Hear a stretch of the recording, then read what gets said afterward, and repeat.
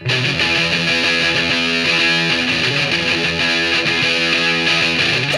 material planted in my head. It's just a thing to fight, just a tooth of death.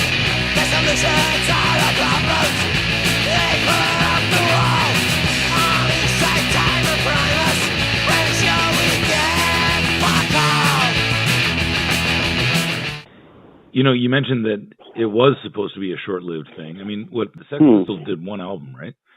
Right. Yeah. And so, how surprised are you that now, 40 years later, you're still touring around the world? Astonished. I mean, I don't think there are words to describe it. I've talked to guys who are in bands of similar, if not slightly older vintage. I mean, we're friends obviously with the guys in the Damned and the Buzzcocks and the Stranglers and those guys. And I don't think any of us envisaged this as a career at all. It was something that was fun to do. It was something that was exciting to do. And, I remember when we made the first album, the Inflammable Material record, it was like, no record label was willing to take a chance on us. Rough Trade was basically still a record store. And they said to us, look, we've never made an album. You've never made an album.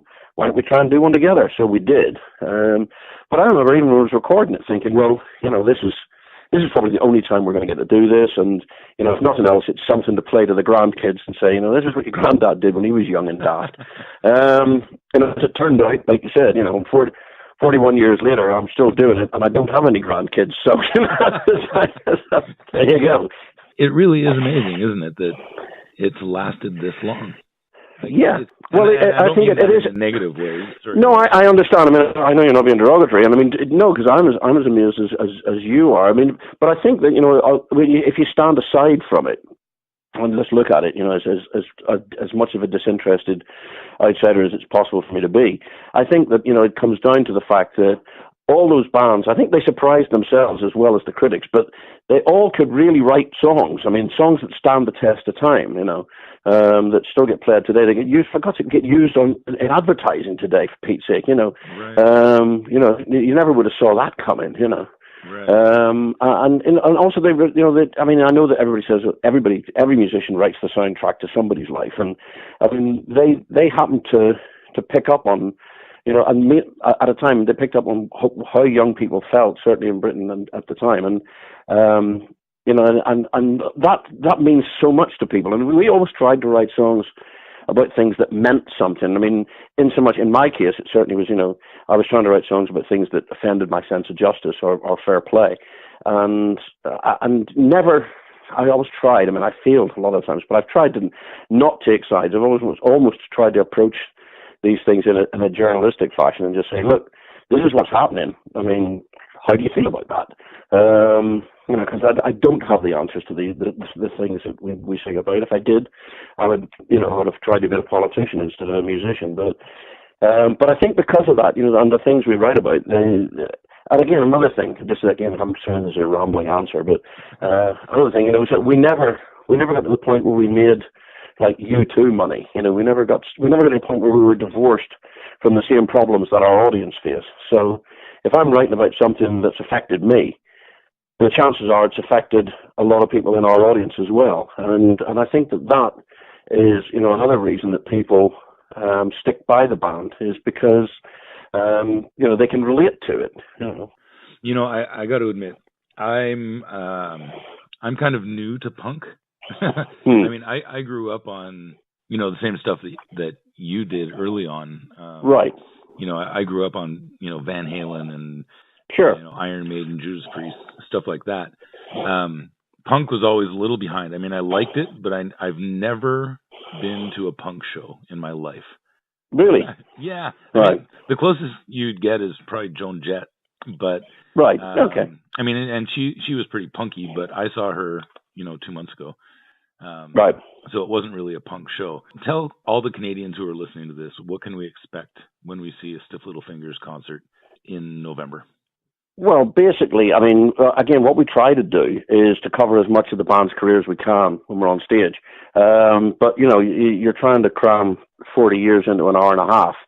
So, by necessity, there's a lot of stuff that's left out.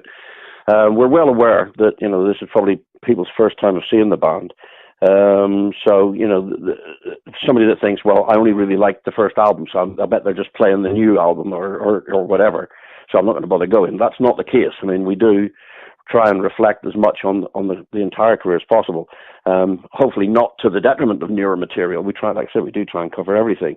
But, there are a certain number of, we can't drop that song or they'll kill us about some of the songs in the set. I think that's the same for every band, So, it's not, we're not a punk rock band in the sort of, hair, leather jackets, requisite number of studs on the back type of band. We're like I said, we're mainly all about the songs and about what the band has stood for all these years. And like I said, that tends to be writing songs that mean something to us and hopefully mean something to the audience as well. But I mean, the other thing is, again, we always get classified as a sort of political band, and that makes us sound terribly dour-faced and sort of miserable. And there's a huge amount of humour about the band. I mean, we don't take ourselves terribly seriously. We take the songs seriously, we take the performance seriously, but as people, and what we do realise that at the end of the day, what we all do as grown men for a living is faintly ridiculous. But it's still it's what we do, and we strive to do it to the best of our ability. And you're living the dream, man. I mean, how many people want to be up on a stage every night making? Well, absolutely. Until you do it for 40 odd years, it's like, living the dream wears a bit thin whenever your tour bus breaks down and it's snowing outside. That's good point. Good point. Now, speaking of new music, new album at some point soon. Yeah, well, maybe not soon. I mean, we did the last album. Like I said, it's been 4 years since that, and I mean, in that interim, I had to move house again. So I'm still, bizarrely, 4 years later, I'm still surrounded by packing cases. But yeah, we have started writing. We will be playing at least one brand new song on the trip. The plan, I believe, is to, by this time next year, be in a position where we're ready to go into a studio and hopefully record at the back end of next year and release an album very early. So in the spring of 2020, I think that's what we're looking at. Awesome. And I guess as a political, a band that covers a lot of political content, you got a lot of stuff to talk about these days.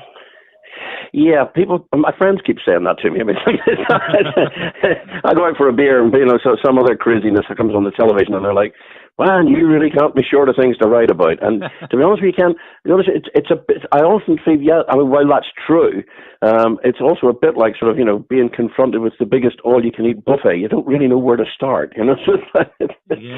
It's like, I don't want to cram it all into one song because I'll just make myself sick. So it's a case of, picking your target.